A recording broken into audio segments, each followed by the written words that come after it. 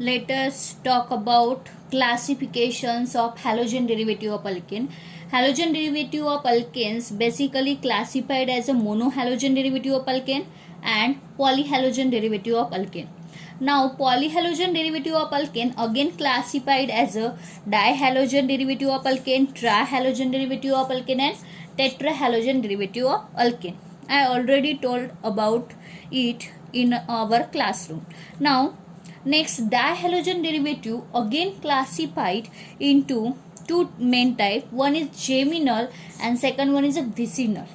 आपल्याला करायचं काय असतं की कधी कधी कुठे जेमिनल डायहॅलाइड म्हणून नाव असतं, कधी व्हिसिनल डायहॅलाइड म्हणून नाव असतं. फक्त ओळखायचं एवढं असतं की जेमिनल म्हणजे काय एक्झॅक्टली, व्हिसिनल म्हणजे काय, फॉर्म्युला आपल्याला समोर दिलेलाच असतो. नाव जेमिनलचा अर्थ असा की एकाच कार्बन ॲटमवर दोन हॅलोजन अटॅच असेल then it is called as a geminal. आणि व्हिसिनल म्हणजे काय तर नेबरिंग कार्बन ॲटम जवळ दोन हॅलोजन अटॅच असेल then it is called as a व्हिसिनल.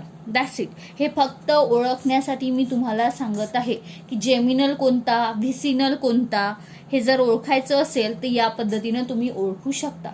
Next one is a next classification not given in old syllabus, it is given in new syllabus as a alkyl halide. Question is like that. Question कशा पद्धतीचा असतो, या पद्धतीचा. जसं match the pair question मी दिलेला होता, तुम्हाला आठवत असेल तर. आपल्याला काय एका साईडला दिलेले आहेत काही स्ट्रक्चर्स दिले आहेत आणि दुसऱ्या कॉलममध्ये विनाइल हॅलाइड आहे का, अल्किल हॅलाइड आहे का, अलाइल आहे का, बेन्झाइल आहे का, अरिल हॅलाइड आहेत का, हे ओळखायला लावले. आता हे कधी ओळखता येईल आपल्याला, जेव्हा आपल्याला डिटेलमध्ये माहिती असेल की अल्किल हॅलाइड म्हणजे काय, अलाइल म्हणजे काय, बेन्झाइल म्हणजे काय, अरिल म्हणजे काय. त्यासाठी आपण थोडं समजून घेऊ आधी. What about alkyl halide. Alkyl halide कशाला म्हणतो, वेल नोन आहे, पूर्ण चॅप्टरभर अल्किल हॅलाइडच स्टडी केलेला आहे आपण. अल्किल हॅलाइडमध्ये काय असणार, जो आपला हॅलोजन आहे तो sp3 हायब्रिडाइज कार्बन ॲटमला डायरेक्टली अटॅच असेल then it is called as a, आणि त्यानंतरची चेन जी इथे पाहायला मिळेल ती पूर्णपणे सिंगल बॉन्डेड चेन तुम्हाला पाहायला दिसत असेल. सर इथे एकच कार्बन ॲटम आहे, चेनचा प्रश्न येत नाही. पण इकडे बघा या सेकंड एक्झाम्पलमध्ये यानंतरचा कार्बन ॲटम पण कसा आहे, सिंगल बॉन्डनीच अटॅच आहे. सो या पद्धतीची चेन किती लांब का असेना, ज्यामध्ये तुम्हाला स्ट्रक्चर कशा पद्धतीचं मिळेल की halogen atom attach to carbon atom, that carbon atom which is attach to again other carbon atom, but सगळेचे सगळे कार्बन ॲटम कसे असणार तिथे sp3 hybridize, then it is called as a alkyl halide. Remember, पुन्हा एकदा सांगत आहे, alkyl halide कशाला म्हणू आपण, जो आपला हॅलोजन आहे तो ज्या कार्बनला अटॅच आहे डायरेक्टली तो कसा असला पाहिजे, sp3 हायब्रिडाइज. आणि त्यानंतरची जी चेन आहे ती सुद्धा कशी असली पाहिजे, ॲलिफॅटिक असली पाहिजे, सिंगल बॉन्डेड असली पाहिजे, then it is called as a alkyl halide. Now what about allyl halide. Allyl halide सुद्धा कशा पद्धतीचा असतो बघा, इथे सुद्धा जो हॅलोजन अटॅच असेल ज्या कार्बन ॲटमला तो कसा पाहिजे, sp3 हायब्रिडाइज पाहिजे, म्हणजे त्याने पूर्णपणे सिंगल बॉन्ड बनवायला पाहिजे. पण अलाइलचा अर्थ मग वेगळा काय आहे, अल्किलपेक्षा अलाइल कसा काय वेगळा आहे, तर त्यामध्ये वेगळं एकच गोष्ट आहे की तुम्हाला पाहायला मिळेल की त्याच्या बिलकुल नेक्स्ट कार्बन ॲटम जो आहे तो कसा असतो, sp2 हायब्रिडाइज. कसा असतो, sp2 हायब्रिडाइज. दॅट मीन्स त्यांनी एक तरी डबल बॉन्ड बनवलेला असेल, in that case it is called as a allyl halide. त्यावेळेस त्याला काय बनायचं, अलाइल हॅलाइड. हा एवढं स्ट्रक्चर जो असतो त्याला अलाइल हा शब्द वापरला जातो. इथं क्लोराईड आहे म्हणून अलाइल क्लोराईड, सियन असतं तर अलाइल सायनाइड. या एवढ्या चेनला, या एवढ्या पोर्शनला आपण काय म्हणत असतो, अलाइल. काय म्हणत असतो, अलाइल.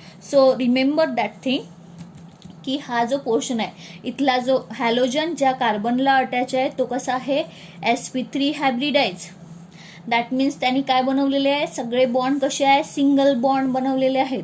पण बिलकुल त्याचा नेक्स्ट वाला जो कार्बन ॲटम आहे तो कसा आहे, sp2 हायब्रिडाइज असेल. In that case it is called as a allyl halide. या स्ट्रक्चरला काय म्हणू आपण, अलाइल हॅलाइड. त्यानंतर व्हॉट अबाउट बेन्झायलिक हॅलाइड.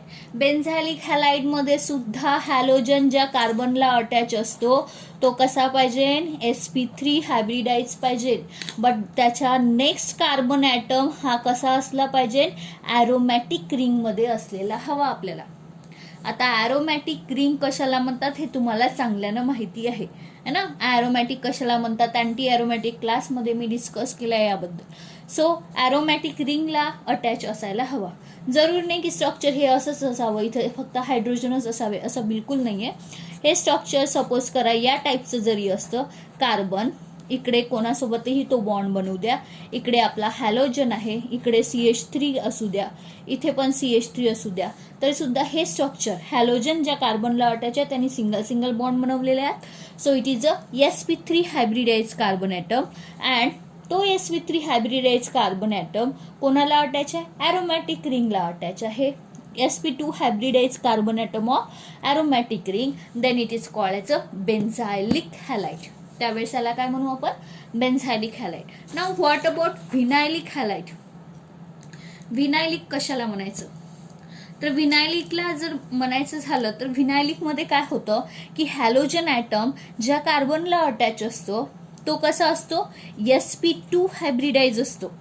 इथे हॅलोजन ज्या कार्बनला अटॅच असतो तो कसा असतो, sp2 हायब्रिडाइज. मग हे स्ट्रक्चर का असे ना, बघा हॅलोजन ज्या कार्बनला अटॅच आहे तो कार्बन कसा आहे, sp2 हायब्रिडाइज. म्हणजे त्यांनी काय बनवलेलं आहे, इथे डबल बॉन्ड बनवलेला आहे.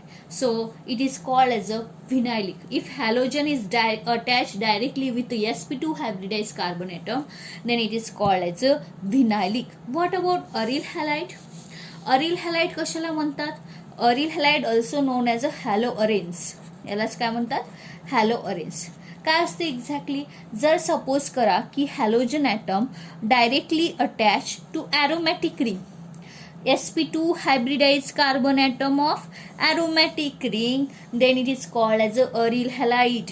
याला नाही म्हणता येणार अरिल हॅलाइड. का, कारण की इथला हॅलोजन ज्या कार्बनला अटॅच आहे तर तो sp2 हायब्रिडाइज आहे, बट ही रिंग ॲरोमॅटिक आहे का, नाही. बट इथे रिंग ॲरोमॅटिक रिंगला अटॅच आहे. So it is a aryl halide, that means halo arenes.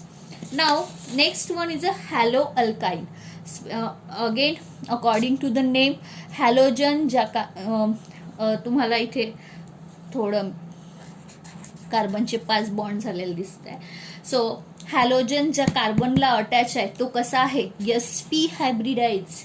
त्यांनी ट्रिपल बॉन्ड बनवलेले आहे तिकडे.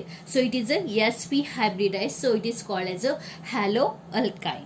नाउ हे जर आपल्याला माहिती असेल, इन दॅट केस तुम्ही आता इझिली काय करू शकता, जे काही मॅच द पेयर म्हणून आपल्याजवळ क्वेश्चन आहे तो match the pair easily solve करू शकता.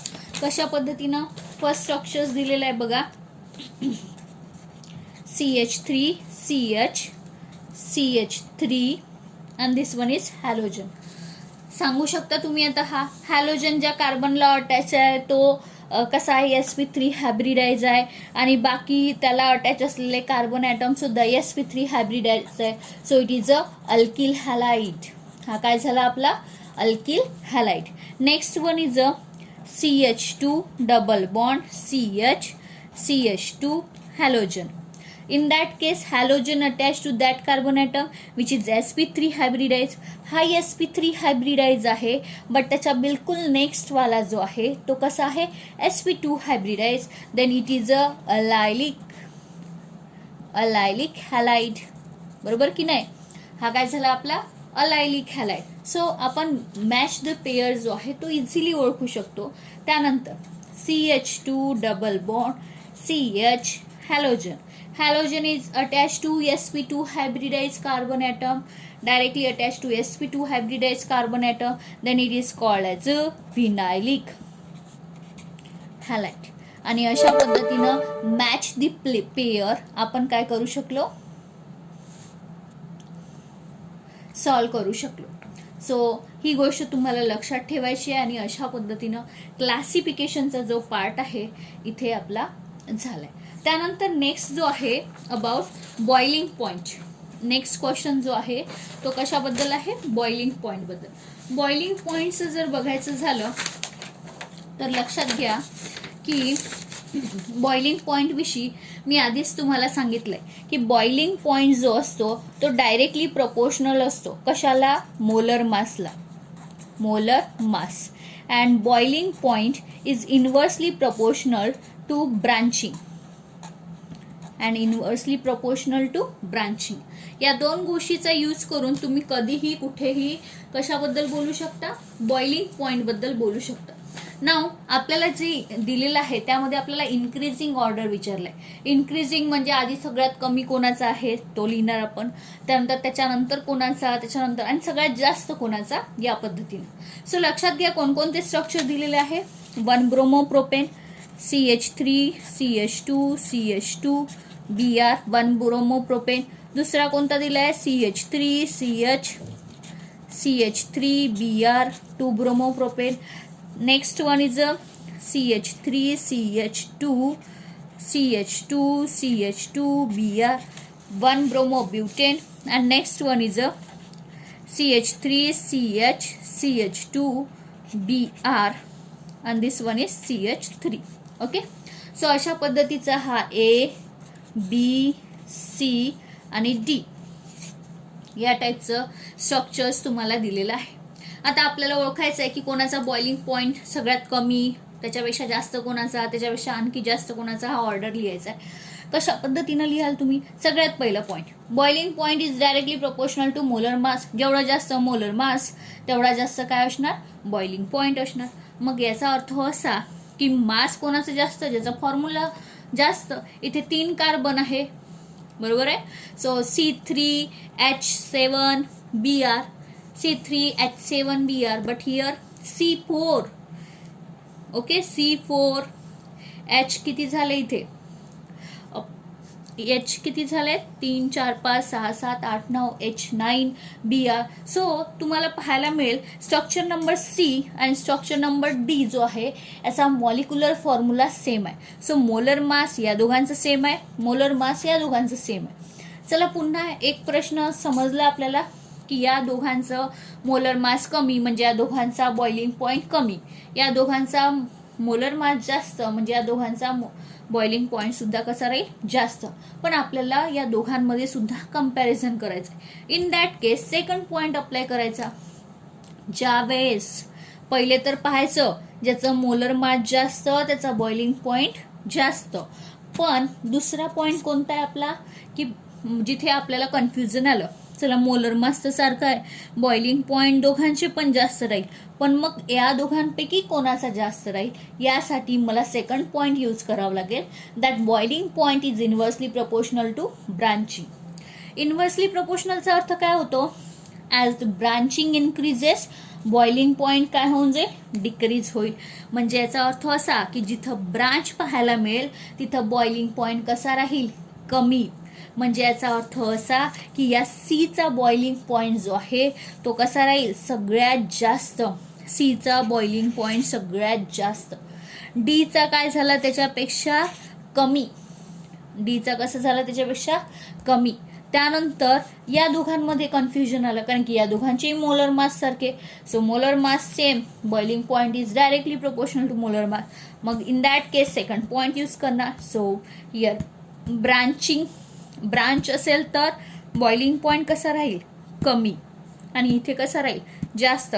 म्हणजेच इथे नेक्स्ट जो आहे सगळ्यात जास्त Cचा होता, त्याच्यापेक्षा कमी कशाचा आहे, Dचा आहे.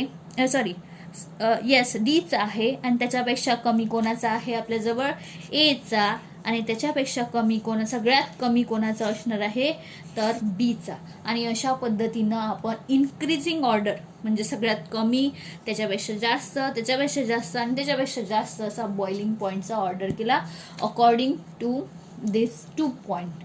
So remember about that points.